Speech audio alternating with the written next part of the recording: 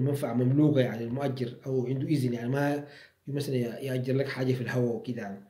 وتكون يا جماعة برضو المدة معلومة، يعني ما تكون كده، لأنه مع جهالة المدة غرر. يعني لابد أن يكون في يعني حاجة معينة بيناتهم، بعد ذاك يعني عشان ما يكون في مشاكل، يكون مثلا الزمن الوقت الكده يعني. فهذا هو الأمر يعني.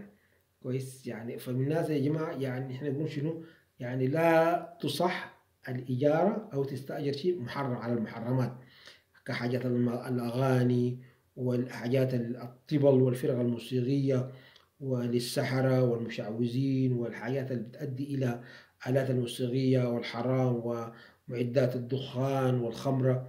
كل هذا لأنه شنو، يعني لابد الناس تتعاون على يعني على الخير، تعاون على البر والتقوى، ولا تعاون على الإثم والعدوان، لأنه هذا نوع من التعاون على الإثم والعدوان.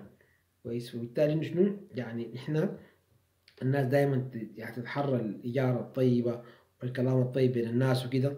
حتى إنه شنو يعني الإيجارات ذاتها عندها أنواع، مثلا إيجار خاص، أجير خاص، أجير عام مشترك كده، وإيجار على الأشخاص وعلى الأعيان وكده أنواع.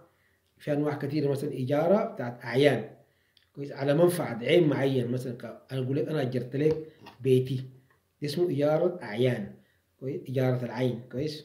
مثلا يعني أجرت لك السيارة دي أو البيت ده أو المزرعة أو مثلا مواد النظافة أو مواد التعقيم أو مواد المهم هلول مجرد مواد المباني وكده. ده اسمه يعني إجارة بتاعت إنه شنو أعيان، على منفعة معينة، لأنك عندك حاجة معينة على عايز تنفعها. أما إجارة الأشخاص هي الإجارة على أداء عمل معلوم. كويس، كالإجارة مثلا أن يوصلوا مثلا بسيارة مثلا من هنا لحتتك داير تشيله، ده برضه إيجار. أو مثلا تقول له يا أخي صلح لي البيت، في البيت في حاجة مشكلة، أنوار، تليس لي البيت، تأجر له. يعني مثلا أنت عمل الديحانات في البيت، أو مثلا الجير وكده والحاجات في بيتك. كويس. أو مثلا يعني الطبيب مثلا شغال طبيب أسنان، مهندس، يرسم له خريطة كده أي حاجة، يعمل لك دراسة جدوى اقتصادي كده. المهم دي إيجارة بتاعت أشخاص. كويس. يعني مثلا في إيجار أشخاص ده اللي يعني مؤجر، ده إيجار خاص وإيجار مشترك. الإيجار الخاص ده هو من يعمل لشخص معين مدة معينة، كويس، كالموظف في الدولة في الدوائر الحكومية وكده، والشركات العامة والخاصة، عندها مثلا مدة معينة من الساعة 6 أو 10 أو 7 إلى الساعة كده، تختلف على حسب المدة. كويس. وبرضه يا جماعة السائقين، السواق مثلا يستأجر لك مثلا كده تمشي السواق في البيت أو كده، أو عنده عربية، أو الخدم في البيوت، أو النظافة أو كده. كويس. وبالتالي يعني ده يجوز العمل لغير والزول ذاته على حسب الزمن المتفق. كويس. لانه انت عندك زمن معين وعندك اجره معينه وعندك وقت معين. في الوقت اللي انت شغال فيه ده لا يجوز لك انك تكون شنو، يعني شنو لا يجوز له العمل لزول تاني، لانه ده بياخد اجره ويستلم يعني المهم القروش حقته، لانه صاحب المحل هو يعني في الزمن المتفق معه وكده. ولا يضره ان لم يعني يعطيه صاحب المحل عملا في هذه المده. كويس، يستحق كامل الاجره. حتى مثلا انت عندك اللي شغال في الحكومه ما اشتغلت يدوك قروش، شغال في شركة خاصة ما عملت يدوك قروش. كويس. خدام في البيت مثلا اشتغلت ساعة مثلا في يوم التاني ما اشتغلت يدوك على حسب الشيء العقد اللي بيناتكم. كويس. وكده السواق مثلا اللي قاعد توصل الأولاد المدرسة الليلة مثلا ما جيا وكده وفي إجازة ما مشكلة، يكون شنو يعني ياخذ الأجرة وكده. يعني ولا يضره إذا لم يعني المهم إذا كان ما عندك عمل ممكن على حسب لأنه أنت أجير خاص، بحيث حتى لو انت قعدت وما عندك شغل يدوك قروشك، يعني مهيتك ماشيه. لازم تكون مهيتك ماشيه وكده، لانه ده من النوع الاجير الخاص. اما الاجير المشترك ده الذي يعمل يعني ده يكون ده مختلف، ده ممكن يعمل لاكثر من زول او شخص او شركه. كويس. لعامه الناس، يعني ده ما عنده وقت معين.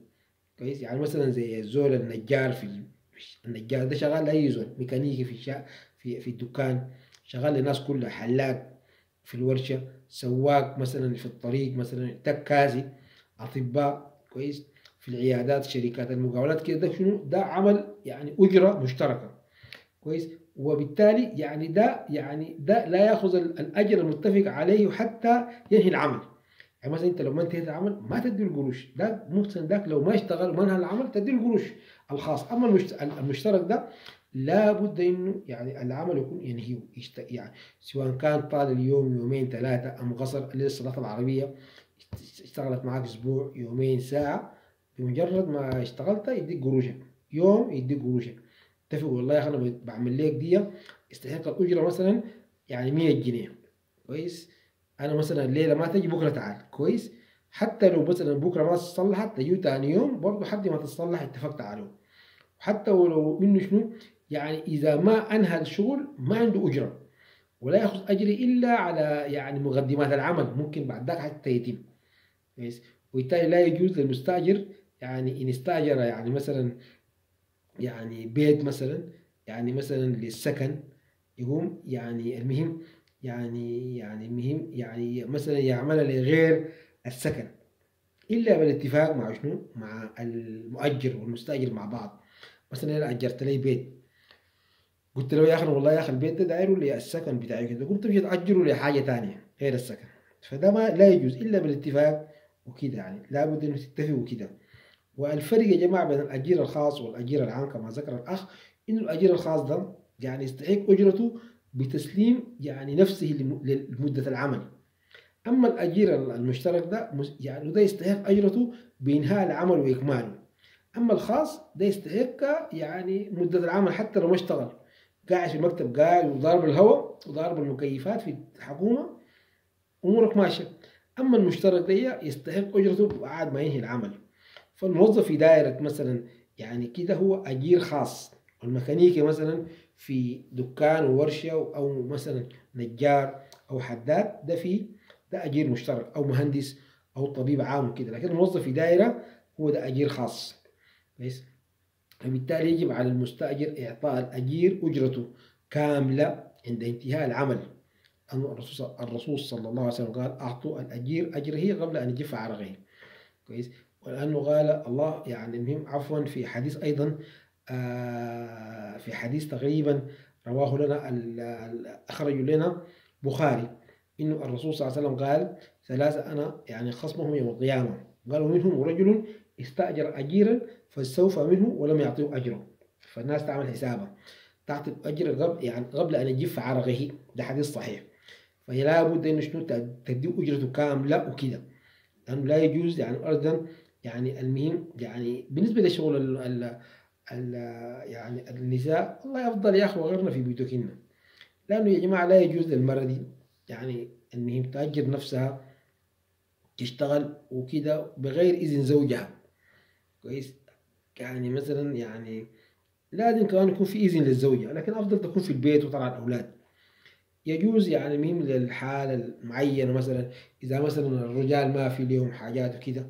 حتى في نساوين يا جماعة بيشتغلوا أشغال يعني صعبة للرجال، فالمهم المرأة بحكم تكوين وكده فما بتخش في هذا الأمر إن شاء الله. لكن لا يجوز للمرأة إنه أول حاجة يعني تأخذ إذن زوجها وكده يعني. فالناس يعني المهم ما تخش في هذا الأمر وما تخش في الأشغال التي مثلا تخش في عمل الرجال، لأنه شنو حتختلط، كويس. يعني المهم يعني تختلط عليها هذا الأمر إن شاء الله. فالمهم يعني الناس إحنا الناس عشان ما يكون شنو دي المعاملات والتحريم وكده، فالناس يعني ما تخش في هذه الأمور إن شاء الله بإذن الله سبحانه وتعالى. وجب علينا يا جماعة أن نشوف الأمور كيف، وإنه يعني الأجير والأجرة وكده، والناس يعني تعمل حسابها، كويس. يعني عقد الإيجار من عقود يعني المهم يعني عقود المعاوضات، كويس. يوافق عقد الإيجار عقد البيع بأشياء، وفي عقد إن المستأجر يملك المهم الناس تتراضى وكده يعني، كويس. يعني في فروق بين قلنا الأجر الخاص والمشترك. ولا بد إنه شنو يعني المهم يعني الناس يعني مثلا زي السباك والحلاق في الورشة، كويس، والطبيب في المستشفى والمدرس، كل الأشغال دي الناس مثلا يعني تفرق بين الأجير الخاص والأجير المشترك. الأجير الخاص ده يستحق الأجرة بتسليم نفسه مدة العمل، أما المشترك ده يستحق أجرته بعد إنهاء العمل، كويس. فبالتالي الموظف كل الموظفين في دوائر حكومية ده هم أجراء خاصين. وقلنا الميكانيكي أو مثلا النجار أو الحلاق كويس في حتته ده هو أجير مشترك. ولا يجوز للمستأجر الأول يعني مهم، يعني المهم لابد إنه شنو الأجرة والأجير المشترك ده هو الذي يعمل يعني قلنا لأكثر من شخص لعامة الناس، إلا بعد ما شنو يعني بعد ما المهم الشيء متفق بيناتهم حتى ينهي العمل. أما ذاك المهم ما تديه حد ما شنو حتى لو بيشتغل ما تديه يعني يمكن ياخد قروش وكده يعني كويس. هذا هو الأمر إن شاء الله. يعني هو يعمل لشيء معين لمدة معينة وكده، بالذات الموظفين في الدوائر الحكومية والشركات الخاصة والعامة مدة معينة وكده. والمهم فلا يجوز له العمل يعني لغير الزول اللي هو قاعد فيه. أما ذاك حر، أعمال حرة يعني كويس. فالناس يعني تعمل حساب لأنه شنو يعني المهم لابد أن يكون في منافع مباحة بين الناس، تكون يعني الناس معروفة وتكون في مدة معينة معروفة وفي أشياء معينة وكده. لأن زي ما قلنا الإجارة على الأعيان والأشخاص والخاص والعام والمشترك كويس. يعني المهم الناس تعمل حساب بس ما يعني لا يصح اللي تأجر على الشيء المحرم دائما، لأنه ده تعاون على الإثم والعدوان. وإن شاء الله نسأل الله سبحانه وتعالى يا جماعة المرة الجاية نجي في يعني نتكلم في أشياء تانية إن شاء الله بإذن الله سبحانه. اللي تكلمنا عن الولاية والولي كويس، وإنه الولاية في بالنسبة لمفهوم الشيعة والصوفية. ونجي لهذه الأمور لأنه بالذات الشيعة عندهم العصمة والولاية للعصمة والخليفة وكده، في أشياء بيناتهم كده ما معروفة إن شاء الله بإذن الله سبحانه وتعالى.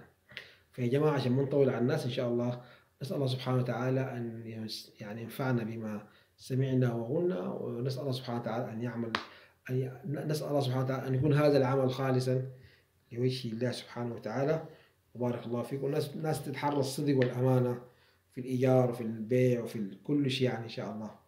بارك الله فيكم وجزاكم الله خير. نسأل الله سبحانه وتعالى لنا ولكم كل خير ونوفق الجميع.